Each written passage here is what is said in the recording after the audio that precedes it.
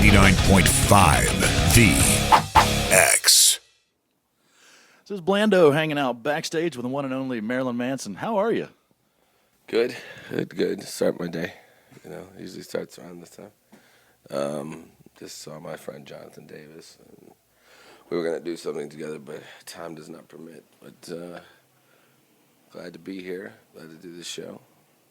Cool. Now, I being a Korn fan, and you mentioned Jonathan Davis. What was it? Something musically you guys were thinking of doing, or?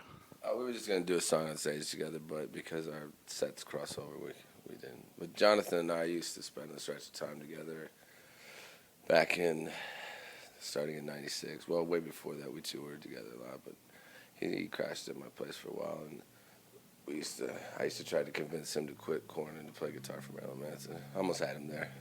Now, enough Jägermeister would have got him there. now, but given the success of both bands and having done multiple tours together, do you wish you had jumped ship and gone with Manson, or are you glad you stuck with Korn? No, I'm glad he stuck with what he does. And Jonathan is a lot like me, and we're both childish, and we both really like to gravitate towards whatever it is that excites us. Art, movies, and I think we ended up working on Queen of the Damned together. I sang a song for him that he wrote, and for me, people. Someone asked me if I like being a celebrity, and I detest that word. I prefer to be rock star, artist, part-time TV star. Yeah, to me, movie star type of thing. That's. I actually wanted to ask about that. You brought up Queen of the Damned. I was from episode 1 a diehard fan of Sons of Anarchy, and I read that you thought you were going to be working on a song for the soundtrack, and ended up getting talked into doing the show. How was that experience? I liked it because I made a lot of good friends, Mark Boone Jr. and Charlie Hunnam and Tommy Flanagan and Dave LaBrea. It's very much like a brotherhood amongst at least the small knit crew. I just did a movie with Mark Boone Jr. in Tulsa called "Let Me Make You a Martyr." I play a hitman. It was for the last 12 days down there. I still have coyote guts underneath my fingernails, I think, because I play someone who lives off the reservation. They bring in to pretty much just kill everyone. So you've done the white supremacist prison leader. You've done the hitman. What's your next role? I don't know. I think that it's not. I wouldn't call it a role, but next week the video for Mephistopheles of Los Angeles comes out, and that actually has a bit of a more than a regular video. It stars in it. I got Mike Williams to be in it. He's the actor played Omar on The Wire and Boardwalk Empire. Played Jockey White. He's in it, and it's a different video for us, but it's a good. It reminds me of somewhere between what I felt like when I finished Sweet Dreams and Man That You Fear back in that era. So this whole feeling of 1996 is sort of come back to shape with seeing Jonathan and doing a tour with Billy Corgan, and that's all. And I don't feel like any time has elapsed. Someone threw a Bible at me and I ate it. That was like a wild animal. It's beer bottle cuts all over my hands because I'm just completely.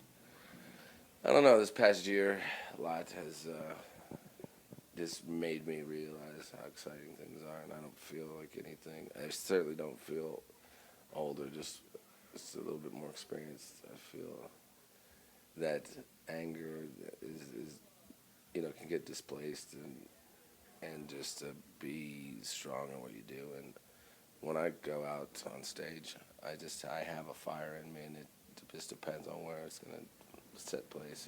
I'm like a rabid dog that shits on the floor and then wants to be petted afterwards usually.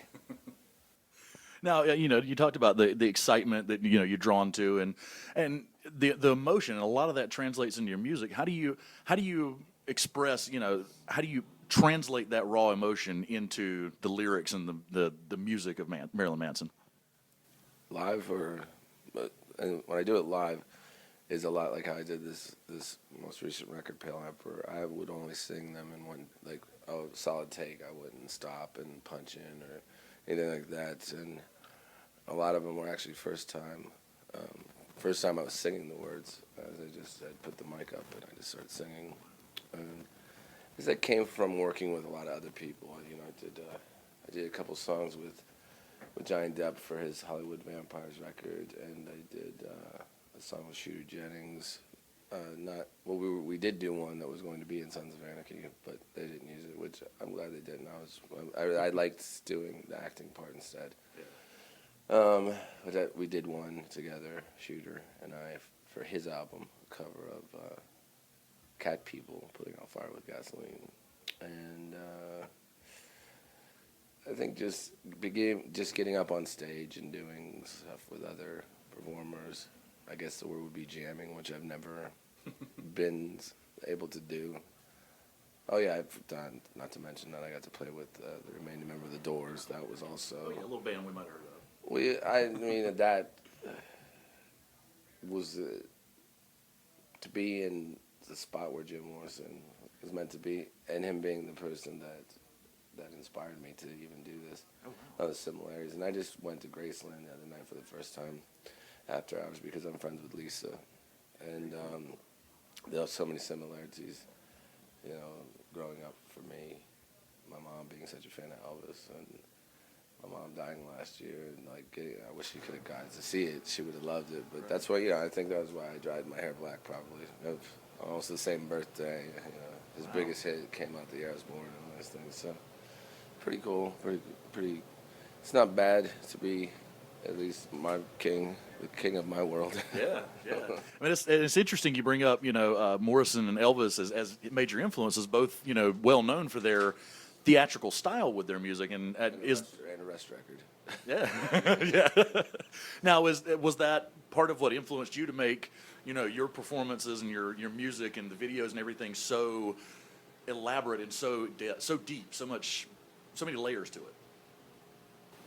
I never sat back and tried to figure out why things looked the way they did. They just seemed natural to me. I never even understood what nightmares were as growing up as a kid. I just thought they were more elaborate dreams.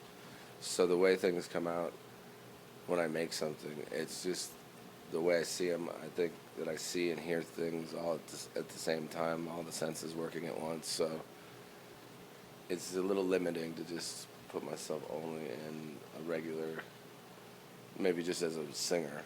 I have to sing and perform, and I have to look a certain way, and I have to present a certain sound, and I have to, right. It all has to be as big as I can take, a bigger piece of my imagination that I can put out there. Right. Now, and speaking of the everything just kind of fitting, the new album, each album I feel like has had its own voice, had its own kind of vibe to it, but I feel like the newest album, The Pale Emperor, really stands out from anything you've done before. And I know you mentioned you doing some of the songs at First Take. Was there an intention when that album started to do something a little different, or did it just develop that way?